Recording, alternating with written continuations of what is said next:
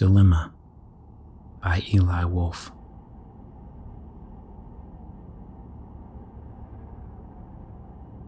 Given the amount of light left, I thought it was a good idea to charge the batteries. So I flipped the lever for the solar cell array collector. It did a good job of charging the battery pack fast, and we wouldn't have to worry about a power shortage. About a year ago, the space station lost almost all of its power and had another 40 minutes until it lined up with the sun again.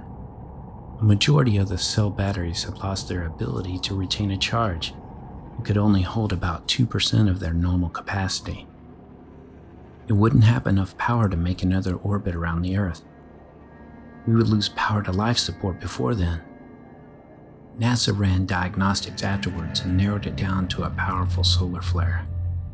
It was a freak incident. The sun can give us life and can take it away. If it hadn't been for my cosmonaut cohort, we might not have survived the ordeal. It was a close call, and his quick thinking and brilliant engineering skills saved our hides. The underperforming battery cells have since been replaced, but I like to do my part and keep things optimally charged to avoid a similar situation from occurring. I returned the favor about 2 months later. We were doing a spacewalk, and the connector on Sergey's tether snapped and he began floating out to space. He panicked, hyperventilated, and passed out. Luckily, I was nearby and was able to rescue him from an icy death in space. We had each other's backs, and I don't think there's anything that could come between our bond. Time for our daily chess match. We had a magnetic board that kept the pieces from floating off. I set the board up and waited for Sergey to arrive. He was late. I couldn't recall any pressing tasks that required his attention. When he finally showed up, he just floated in a doorway and stared at the chessboard. "Your move," I said. My comms lights flashed. Sergey's eyes widened like a fortune teller had told him there would be a call at that moment. It wasn't time for my normal check-in, so what could the command center want? "Don't enter it." Beads of sweat dotted his forehead. He wiped them away with his arm. His hands gripped the frame of the doorway tight enough that his knuckles turned white. "You know I have to. It could be something important." I picked up the receiver and listened. The message was pre-recorded and looped over and over. I couldn't believe what I heard. Full-out nuclear attack. Retaliatory strike. Millions of casualties. And the last bit chilled me to the bone. Take out the enemy and secure the space station. I set the receiver down. The wrench in Sergey's hand rattled from nervousness. I held up my hand in a take it easy kind of way. I sat back down to the chessboard, looked up, and smiled at him. Sergey let out a huge sigh, relaxed his grip, and lowered his hands. The wrench floated away.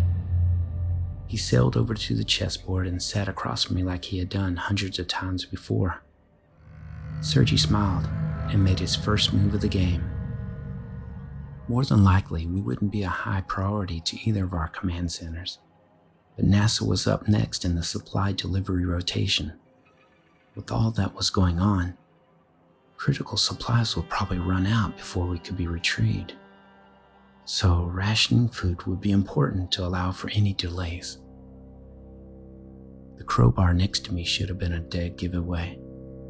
He didn't see it coming in time. Drops of blood pooled in the space above Sergey's limp body.